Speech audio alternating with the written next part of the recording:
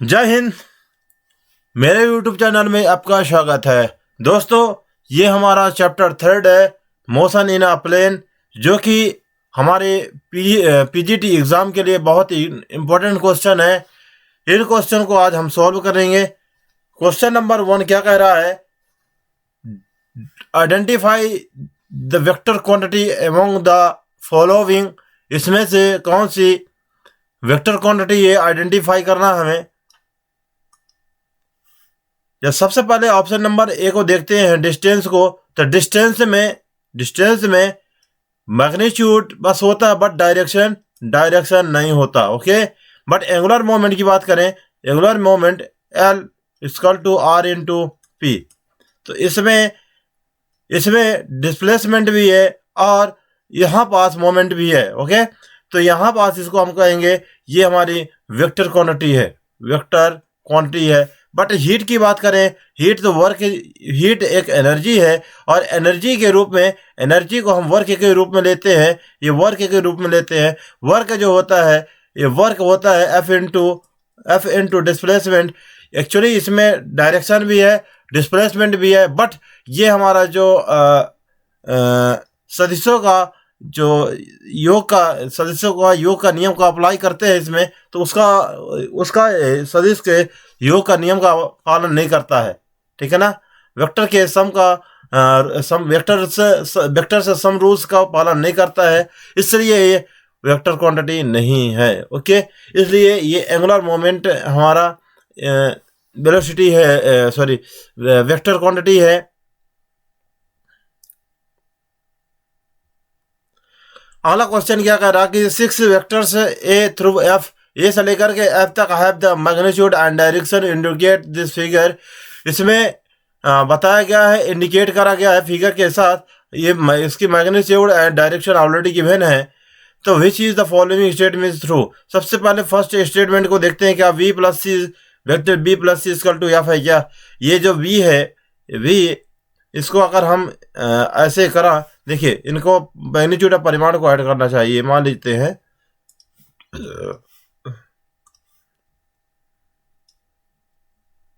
ये हो गया c, ये c वेक्टर हो गया, ये हो गया b vector. Okay, b vector, तो ये देखिए इसका मैग्नीट्यूड ऐसे डायरेक्ट, बट ये नहीं होगा। ओके, ये b ए नहीं होगा। d प्लस सी की बात करें, d प्लस सी को ऐड करें, ये d हो गया हमारा।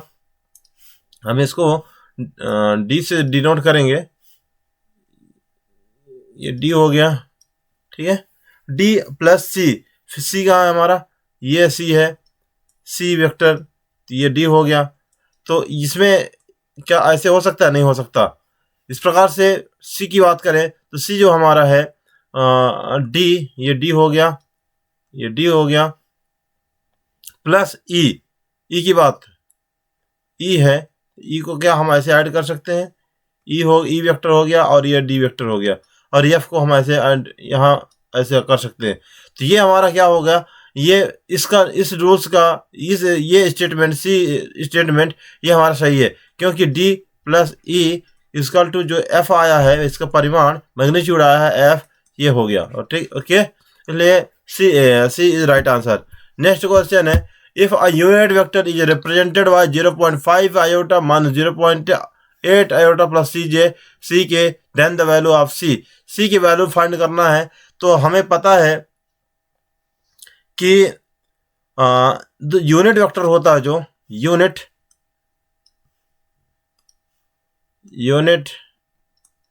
वेक्टर, अगर हम यूनिट वेक्टर मानते हैं n कैप। ओके, तो n कैप का जब हम मैग्नीट्यूड निकालेंगे तो a 1 होगा। ओके, अभी हमारे पास ये क्या दिया है, n कैप दिया ऑलरेडी। तो हम क्या करें, इसमें वैल्यू पुट कर देते हैं 0.5 i plus minus 0.8 j cap plus c के, और ये परिमाण है, मैग्नीट्यूड है, मैग्नीट्यूड लगा देते। इसमें इसको हटाने के लिए, मैग्नीट्यूड हटाने के लिए इसमें स्क्वायर करेंगे, तो ये क्या हो जाएगा, ये हो जाएगा दोनों बोथ साइड हम क्या करेंगे, बोथ साइड इसमें बोथ साइड स्क्वायर करेंगे तब ये आएगा हमारा। ठीक है, तो स्क्वायर कर दिया तो मैग्नीट्यूड हट गया। अब क्या करते हैं, जब मैग्नीट्यूड इसमें स्क्वायर करेंगे तो ये कितना होगा, इसका स्क्वायर हो जाएगा तो 25 हो जाएगा, 0.25 प्लस 8×64 0.64 प्लस और 6 का स्क्वायर हो जाएगा। ठीक है, ये 6 का स्क्वायर हो गया इक्वल टू 1, क्योंकि आपको पता होगा i dot i equal to होता 1, j dot j equal to होता 1। इस प्रकार से स्क्वायर है ये, आई का स्क्वायर यानी आई का स्क्वायर 1 होता है। इस प्रकार से मल्टीप्लाई होने के बाद ये बस बचता। ठीक है, अब इसमें क्या करते हैं, इसको ऐड करते हैं, सी स्क्वायर इक्वल टू हो जाएगा 1 माइनस, ऐड करा जाए तो कितना हो जाएगा,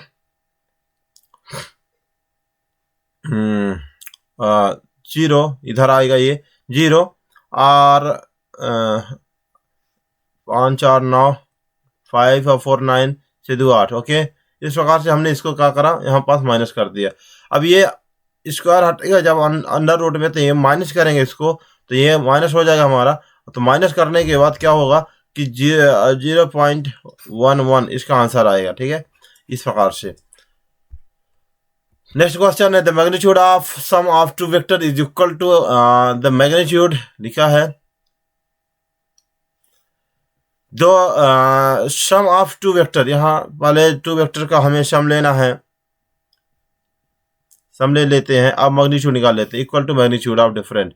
ये बोला है ना मैग्नीट्यूड ऑफ सम डिफरेंट, तो सम पहले ऐड कर, ये ऐड करा, ठीक है, प्लस बी करा, ये ऐड करते हैं, दोनों का मैग्नीट्यूड लिया, तो इनका जो फॉर्मूला होता है, फॉर्मूला के अकॉर्डिंग इन दोनों का, तो A square plus B square plus 2ab cos theta ये होता है। ठीक है, और इसमें क्या कर देते हैं, अंडर रूट चढ़ा देते हैं, हम अंडर रूट चढ़ा देंगे, अंडर रूट चढ़ जाओगे इस प्रकार से।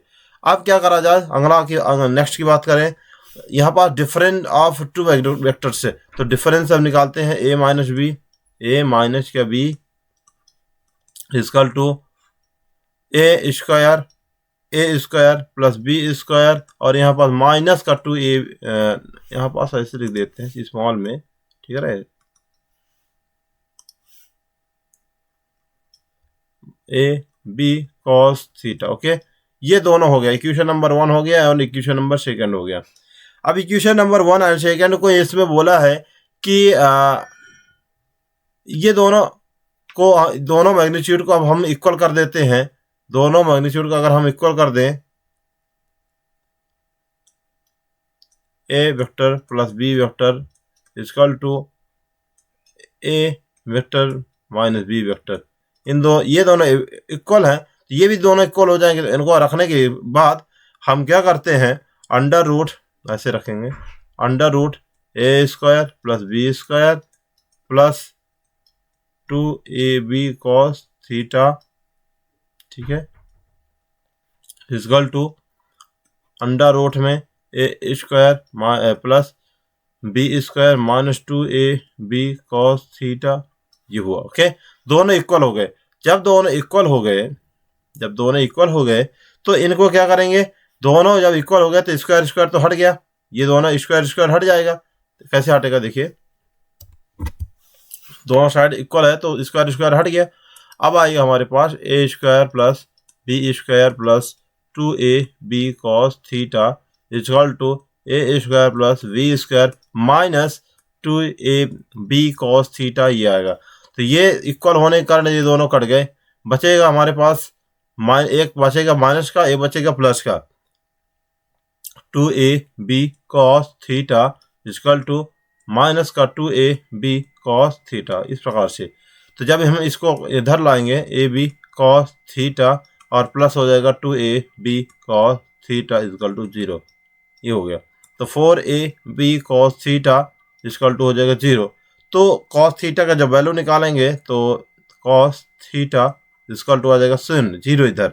तो एक्चुअली क्या होता है, जो 0 का वैल्यू होता है, थीटा इक्वल टू 90 डिग्री हम यहाँ रखें होगा, जो कि cos 90 का वैल्यू होता है 1। ओके, इस प्रकार से। तो यहाँ पास वैल्यू किसकी आ गई, यहाँ पास थीटा इक्वल टू आ जाएगा, थीटा इक्वल टू अगर निकाला जाए,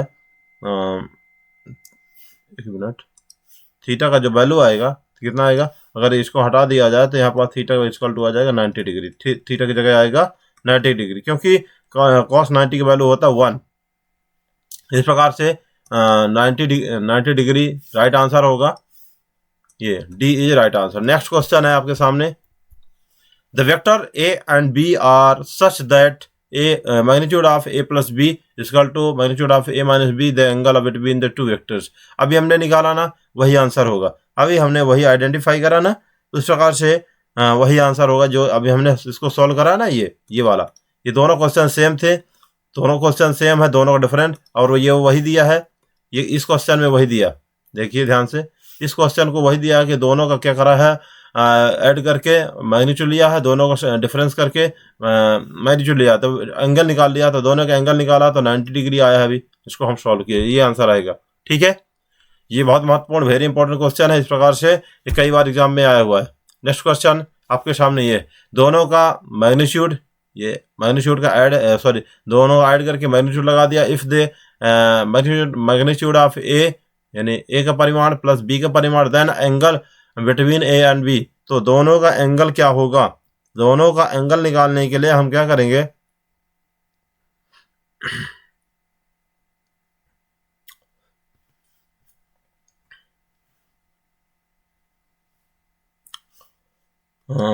चलिए स्टार्ट करें।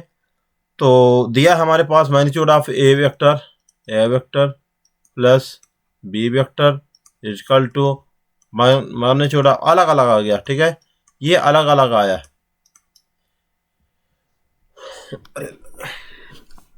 ये अलग अलग आया है, इसको अलग अलग में मैग्नीट्यूड लगा दिया गया है। तो क्या होता है, आपको याद होगा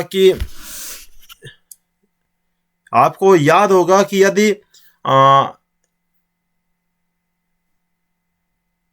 यदि ऐसा है, अगर ऐसा है ए वेक्टर प्लस बी वेक्टर, एक मिनट,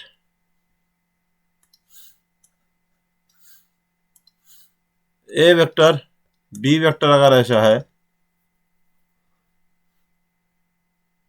तो डॉट में, तो ए बी कॉस थीटा होता है। ठीक है, ए बी कॉस थीटा होता है। उसी प्रकार हम क्या करते हैं, यदि दोनों का अगर दोनों का परिमाण ले लें, तो इन दोनों का जो वैल्यू होगा, परिमाण की वैल्यू होगी, वो कितनी हो जाएगी, cos 0। यहाँ पास हम परिमाण लेने के बाद क्या कर देंगे, यहाँ पास इनके जो वैल्यू आएगी cos 0 डिग्री, राइट। तो इनका वैल्यू आ जाएगा 0, थीटा इक्वल टू आता है 0, क्योंकि ये दोनों जब परिमाण लेने के बाद दोनों पैरेलल हो जाते हैं, इसलिए थीटा की वैल्यू आ जाती है यहाँ पास 0 डिग्री। ओके, इस प्रकार से। तो यहाँ पास ये अलग अलग हो गए, इस प्रकार से अलग अलग परिमाण हुआ, तो इसका जो वैल्यू आएगा cos 0 का, कहाँ गया, cos 0 का जो वैल्यू आएगी, cos का जो वैल्यू, थीटा का जो वैल्यू आएगी, ये आएगा सी इज राइट आंसर, इस प्रकार से। ठीक है, नेक्स्ट क्वेश्चन है, the magnitude of vector a v c and a v and c are 3, 4 and 5 unit respectively, a plus b equal to c, the angle between a and b is. तो क्या करना है हमें, अब ए and B के हमें जो angle निकालना है वो डिफरेंट टाइप्स के दिए हुए हैं। ठीक है, चलिए स्टार्ट करें। ए बी सी वेक्टर दिया हुआ है, 3, 4 यूनिट दिया हुआ है। अब निकालते हैं हम इनका मैग्नीट्यूड। देखिए क्या होता है, ए वेक्टर है, इसका हम परिमाण निकालेंगे, जब इसका परिमाण निकालेंगे तो ये आएगा हमारे पास कितना है, 3 यूनिट। ठीक है, बी का इसी प्रकार निकाल लें, मैग्नीट्यूड ऑफ ए बोल दिया जाए, ऑलरेडी गिवन है क्वेश्चन में। बी वेक्टर इक्वल टू हो जाएगा हमारे पास है 4 यूनिट। ठीक है, सी वेक्टर इक्वल टू दिया है, सी वेक्टर इक्वल टू है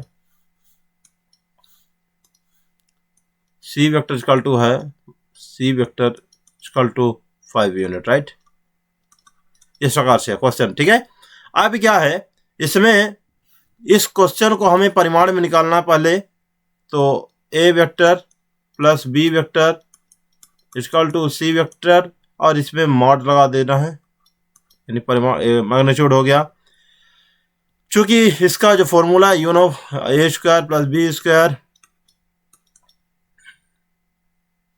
प्लस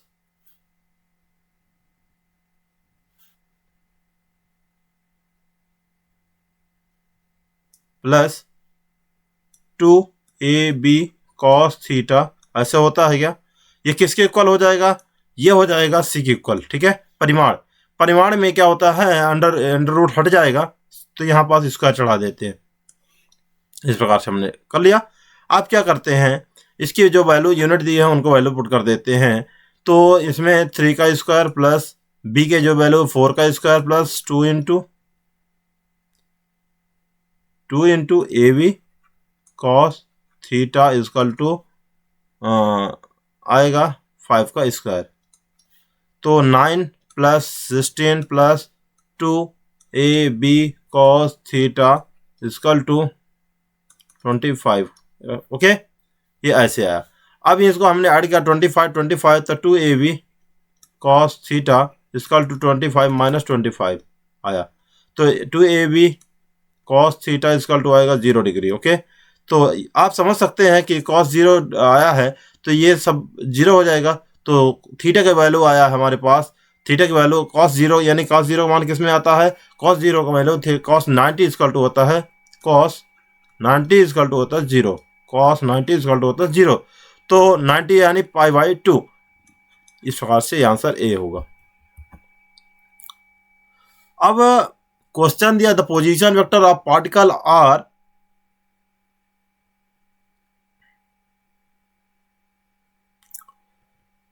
क्वेश्चन दिया कि पार्टिकल आर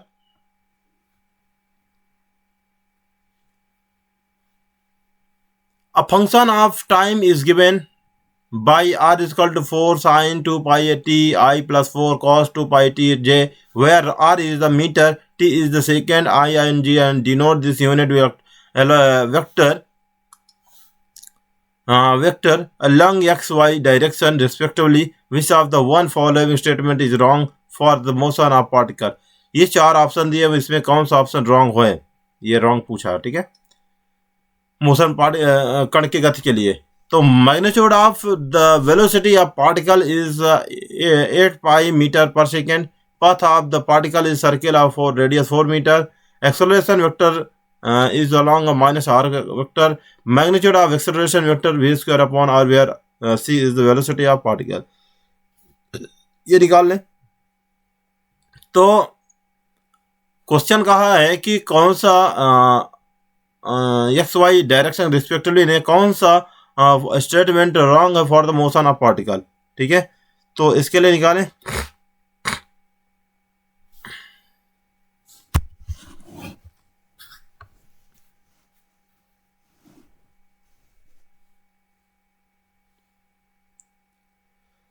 अब आर वेक्टर इक्वल टू लिया है 4 sin 2 pi I 2 pi t 2 pi t I plus 4 cos theta cos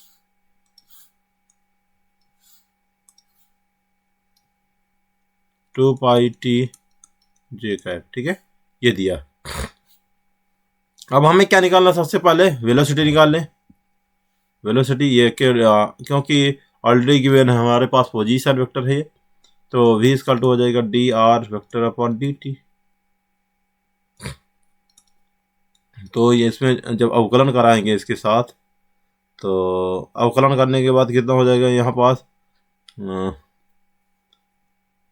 ये t तो हट जाएगा, t के बाद साथ बात करते हैं अगर, तो 4 sin 2 थीटा, तो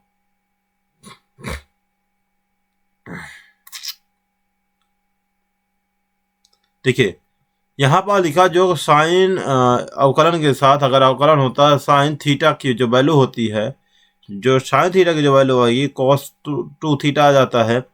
तो कॉस यानी कि यहाँ पास जब हम वैल्यू पुट करेंगे डिफरेंशियल के साथ, तो हमारा आ जाएगा कॉस 2 पाई टी अवकलन करने के बाद, और यहाँ पास जो कॉस का होता है तो माइनस का साइन आ जाता है इंटीग्रेशन में माइनस का आ जाता है। तो ये जो 2 पाई है ना, इस 2 पाई का तो एक बार एक ये अचर के साथ वैल्यू होगा, यानी ये आ जाएगा 4 दूनी 8 पाई, 4 दूनी 8 पाई, ठीक है। फिर इसके बाद साइन के साथ होगा तो कॉस आएगा, कॉस 2 पाई टी, ठीक है।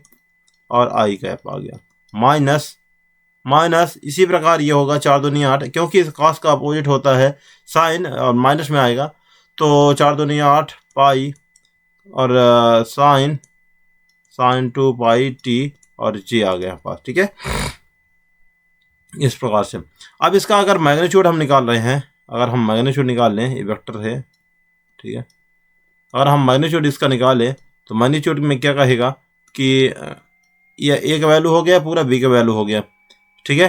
तो इस प्रकार से 8 8 64 पाई का स्क्वायर कॉस का स्क्वायर, ठीक है। और 2 पाई टी प्लस इसको देखा जाए ये तो 8 9 64 पाई साइन का स्क्वायर 2 पाई टी, ठीक है। ये हो गया अंडर रूट, परिमाण हमने निकाल लिया, ठीक है। इसमें इसका तो परिमाण आ गया इसमें। अब क्या है, जब हम इसमें रखें तो ये 64 पाई और 64 पाई को बाहर निकाल ले हम यहाँ से, ठीक है।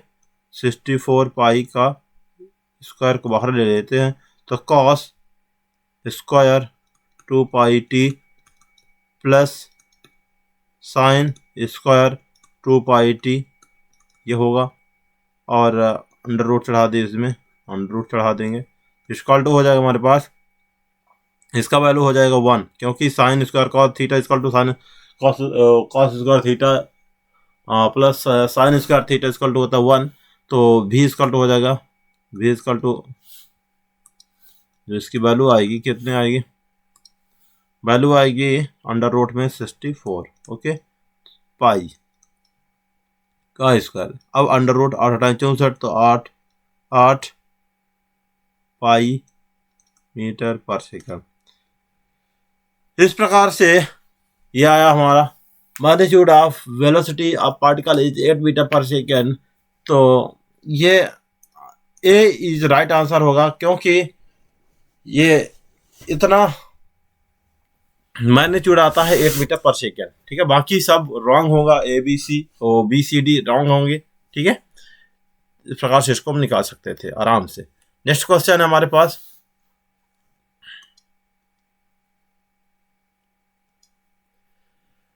अ particle is moving such that it is position coordinate. एक पार्टिकल है और ये क्या कर रहा है, पोजीशन कोऑर्डिनेट है, ठीक है। पार्टिकल है मतलब that position coordinate x y are 2 metre 3 metre is t equal to 0 पर, टी इक्वल टू 0 पर इसका पोजीशन कोऑर्डिनेट है, तो कितना है 2i प्लस 3j, ठीक है।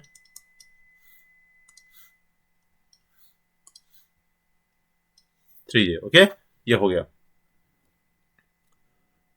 एंड इसके बाद टी इक्वल टू 5 लिखा है, एक मिनट,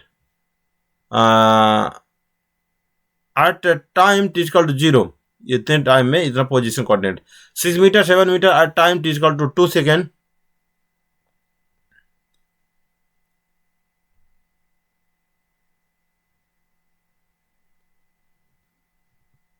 13 मीटर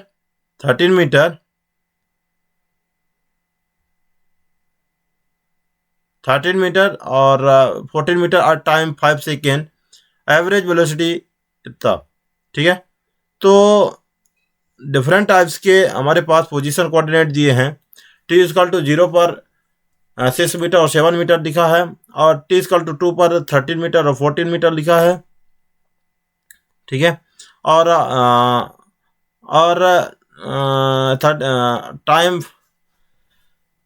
टाइम जो लिखा हुआ है 5 सेकंड में 30 मीटर और 40 मीटर है। तो एवरेज वेलोसिटी हमें निकालना। तो सबसे पहले यहाँ पास ये तो टी इक्वल टू 0 पर ये r1 हुआ, और ये टी इक्वल टू 5 पर ये R2 हो गया, क्योंकि पोजीशन कोऑर्डिनेट बिटवीन ये टी इक्वल टू 2 पर मतलब initial velocity and final velocity के बिटवीन निकालेंगे तो initial distance and final distance, और तो फाइनल डिस्टेंस में यहाँ पास टाइम जो दिया है टाइम 5 सेकंड है। ओके, टाइम हमारे पास यहाँ 5 सेकंड लिखा हुआ है, पोजीशन वेक्टर निकालेंगे तो 13i प्लस 14j, ठीक है, इस प्रकार से हो गया। तो चूंकि डिस्प्लेसमेंट r इक्वल टू होता है R2 माइनस R1 ऐसे होता है, तो इस पे हम वैल्यू पुट कर दें 13i प्लस 14 का j minus 2i plus 3j। जब हम इसको सॉल्व करते हैं तो ये कितना होगा, 13 में i में से 2 जाएगा तो 11i, और फिर इसके बाद 14 में 3 जाएगा तो इसमें भी 11j आएगा, ठीक है, 11j। तो अब हमें एवरेज वेलोसिटी निकालना है, तो एवरेज वेलोसिटी निकालने के लिए क्या करेंगे, del r upon del t होता है। Okay, you know del t।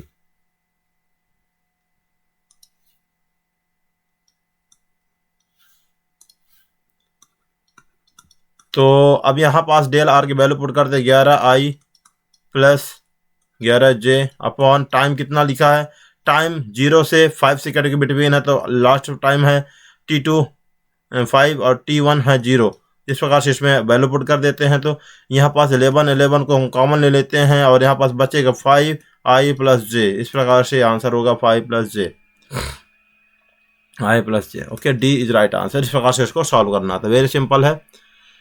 इस प्रकार से क्वेश्चन कह रहा है अगला, a body is moving with velocity 30 metre पर सेकेंड, ठीक है, टॉवर ईस्ट, कहाँ की ओर जा रही है, 30 मीटर ईस्ट की ओर जा रहा है।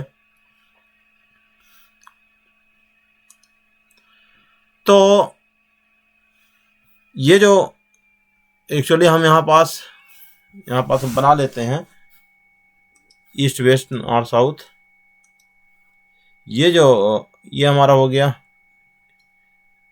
इधर साइड का डायरेक्शन जो हो गया ईस्ट हो गया, इधर का वेस्ट हो गया, इधर का नॉर्थ हो गया और इधर का साउथ हो गया। ये 4 डायरेक्शन हमारे पास। तो बोला है कि वेलोसिटी 30 मीटर पर सेकेंड, तो यहाँ पास जो 30 सेकंड है तो यह v1 है, तो v1 हमारा 30 मीटर पर सेकंड है, ये वेलोसिटी इसकी east. After 10 second is velocity become 40 second tower this north. After इसके बाद v2 जो होगा, v2 वेलोसिटी जो होगी, ये v2 वेलोसिटी होगी, v2 बोला है कि 40 मीटर पर सेकंड हो जाती है। तो the average velocity acceleration of the body is, तो एक्सेलरेशन निकालना है। तो ये समझिए कि इसका जो परिमाण होगा, परिमाण तो इधर साइड ऐसे होगा, ये डेल भी आएगा परिवर्तन, और इधर साइड माइनस का भी है, और ये तो ठीक है v2। तो जब हम निकालेंगे डेल v की वैल्यू निकालेंगे तो डेल v इक्वल टू होता है ये v2 का परिमाण माइनस v1 का परिमाण हो जाएगा, ठीक है, क्योंकि ये निगेटिव डायरेक्शन की ओर है और चल रहा है इधर साइड, ठीक है। तो अब हम इनका क्या करते हैं, परिमाण जब लेंगे तो परिमाण में ऐसे लगा दें, दोनों को ऐसे ले लें, ठीक है। तो डेल v परिमाण का वैल्यू निकालेंगे जब हम, तो ये आ जाएगा, ये हमारे पास कितना लिखा हुआ 40 और माइनस 40, ये j डायरेक्शन में है तो j लिखेंगे 40j माइनस 30i। ओके, इस प्रकार से इसमें हमने रख दिया और हम यहाँ पास परिमाण लगा दिया। परिमाण लगाने के बाद अब क्या करेंगे, इसको जब हम सॉल्व करेंगे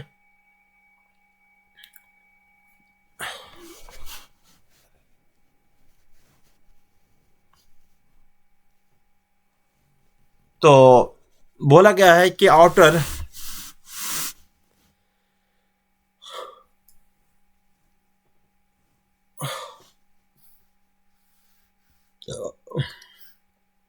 चलिए सॉल्व करें। तो सॉल्व करेंगे तो इसका परिमाण हटाएंगे तो डेल v इसका तो आ जाएगा अंडर रूट, यहाँ चढ़ जाएगा तो 40 का स्क्वायर और प्लस हो जाएगा 30 का स्क्वायर, ऐसे हो जाएगा, और आई जे हट जाएगा तो 1600 प्लस 900 अंडर रूट इसमें चढ़ाइए आप 1600 में, ऐसे तो डेल वी इक्वल टू आएगा 2500 और अंडर रूट में 2500 और ये 25 होगा, तो इसका जो वैल्यू किसका वैल्यू 50 का आएगा, ठीक है ना। तो डेल वी इक्वल टू आ जाएगा हमारे पास 50, यानी वेलोसिटी आई हमारी 50, ठीक है। अब टाइम तो ऑलरेडी गिवन है, डेल टी ऑलरेडी गिवन है यहाँ पास, डेल टी ऑलरेडी गिवन कितना, del t equal to 10 second, 10 second time दिया है, time del t equal to दिया है 10 सेकेंड, ओके। अब हम क्या करते हैं, एवरेज वेलोसिटी निकालते हैं। तो एवरेज वेलोसिटी में फॉर्मूला ये होगा, तो v a v equal to del v upon del t, sorry हाँ एवरेज वेलोसिटी एक्सेलरेशन सॉरी निकालना है ना, एक्सेलरेशन एवरेज एक्सेलरेशन औसत त्वरण, औसत त्वरण, ठीक है ना, एक्सेलरेशन ये हुआ फॉर्मूला। अब इस फॉर्मूले में हमको क्या कर देना है, वैल्यू पुट कर देना है। तो ये डेल वी का वैल्यू आया 50, ठीक है 50, और टाइम हमारे पास है 50 और टाइम है हमारे पास 10। तो जब हम इसको हटाएंगे तो हमारे पास आएगा 5 मीटर पर सेकंड। क्या answer, D is right answer होगा, ठीक है 5 मीटर पर सेकंड इसका होगा, इसका यूनिट, ठीक है। नेक्स्ट क्वेश्चन, यह दिया है कि a particle move in x y plane according to rule x equal to a sine omega t and y equal to a cos omega to the particle follow, किधर की elliptical होगा, circular होगा, parabolic होगा, कैसे जाएगा ये पता करेंगे हम।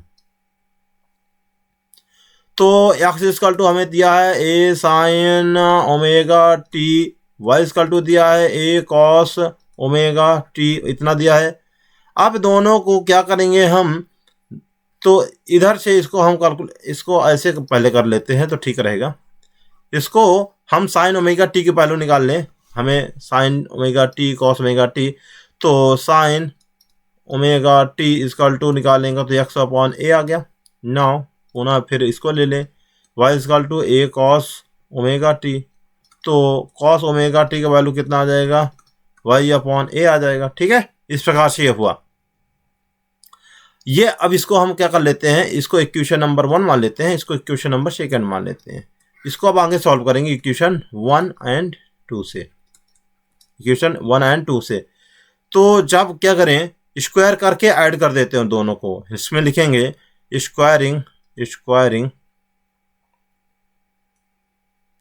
Squaring and adding.